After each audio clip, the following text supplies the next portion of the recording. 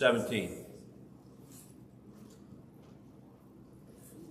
And Elijah the Tibite of the inhabitants of Gilead said to Ahab, as the Lord God of Israel lives, before whom I stand, there shall not be dew nor rain this year except at my word. Then the word of the Lord came to him, saying, get away from here and turn eastward, and hide by the brook of Kerith, which flows into the Jordan. So here's Elijah, and they called him the Tishbite, which means he was from Tishbe. That was the town he was from. And here he is. The Lord only told him to say one sentence.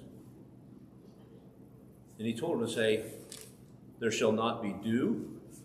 Before whom I stand, there shall not be dew nor rain these years, except at my word.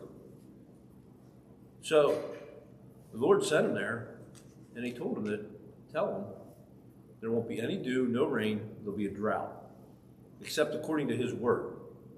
So God gave him this mission. And right after he did that, fearing his life, he took off. And he went east to the brook of Shithrite, which flows into Jordan. Now, this is a little brook that he went to. And it said here in verse 4, and it will be that you shall drink from the brook, and I shall command the ravens to feed you there. So he went according to the word of the Lord, and he went and stayed by the brook of Kerith, which flowed into the Jordan. And the ravens brought him bread and meat in the morning, and bread and meat in the evening, and he drank from the brook. So here he is. Just think, the ravens are a dirty bird. They just eat anything. Imagine God's using them to feed you. And they're coming and dropping it off. And according to the Old Testament, this is one of the birds they weren't even supposed to eat. So here he is. God's using something that he said is unclean to feed them, aren't they? And these ravens brought him the bread and meat twice a day. And it happened after a while that the brook dried up because there had been no rain in the land. So now he's sitting there and the brook dries up. Now he has to go somewhere. Where? Then the word of the Lord came from him, saying, Eris, go to Zephyr, which belongs to Sidon, and dwell there. See, I have commanded the widow there to provide you. He arose and went to Ziphrah. And when he came to the gate of the city, indeed a widow was there, gathering sticks. And he called her and said, please bring me a little water in a cup, that I may drink.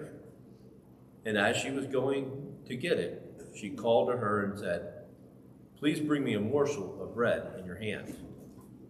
So she said, as the Lord your God lives, I do not have bread, only a handful of flour in a bin, and a little oil in a jar. And see, I am gathering a couple of sticks, that I may go in and prepare for myself and my son, that we may eat and die. And Elijah said to her, do not fear, go and do as you have said, but make me a small cake from it first, and bring it to me, and afterwards make some for yourself and your son. So here's a lady, she's preparing her last meal, she thinks, for her and her son. She has her last scoop of oil, a little bit of oil, and the last bit of flour. And she's going to make herself bread. And she figures after that they're going to starve to death. And you have Elijah coming up to her and saying, hey, give me the bread first. Could you imagine being in that situation and having somebody say, hey, give me your food? Like Savannah not sharing hers? You want a bite? Yeah. No, that's so here he is, he's telling her to do that.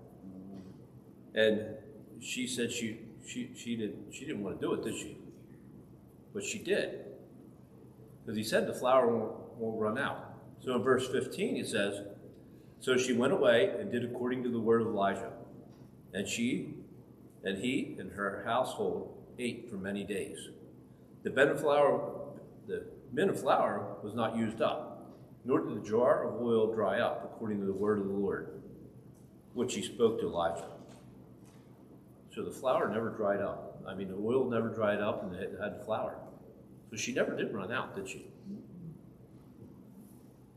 And then in verse 70 says, now it happened after these things that the son of the woman who owned the house became sick, and his sickness was so severe that there was no breath left in him. She said to Elijah, what have I to do with you, O man of God? Have you come to me to bring my sins to remembrance and to kill my son? And he said to her, give me your son. So he took him out of her arms and carried him to the upper room where he was staying, and laid on him on his own bed. Then he cried out to the Lord and said, O Lord my God, you have also brought tragedy of this widow with whom I lodged, by killing her son. And he stretched out on the child 3 times and cried out to the Lord and said, O Lord my God, I pray, let this child's soul come back to him. And the Lord heard the voice of Elijah, and the soul of the child came back to him, and he revived. So here she is. She's been taking care of him. All of a sudden her son gets sick. And in verse 6, she said to Elijah, what have I to do with you, O man of God? Have you come to me to bring my sins to remembrance and to kill my sons? So she knows he's a man of God. And she must have had some kind of sins. And she's thinking her son's dying because of her sins, don't she? And in some of the other verses it said that she says that you're God. So she wasn't a believer, was she? No. She actually comes from the city that Baal, where they worship Baal. So she would actually even worship a different god. But Elijah, this is the first one in the Bible where they actually save him, that somebody's raised from the dead. And in verse 23, and Elijah took the children and brought him down from the upper room into the house and gave him to the mother. And Elijah said, see, your son lives. And the woman said to Elijah, now by this I know that you are a man of God, and that the word of the Lord is in your mouth is the truth. So now she really knows that he is a believer.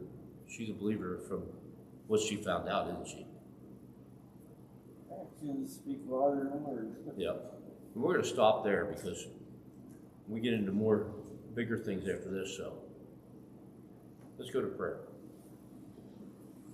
Really long lesson tonight, Terry. What's that? Really long lesson.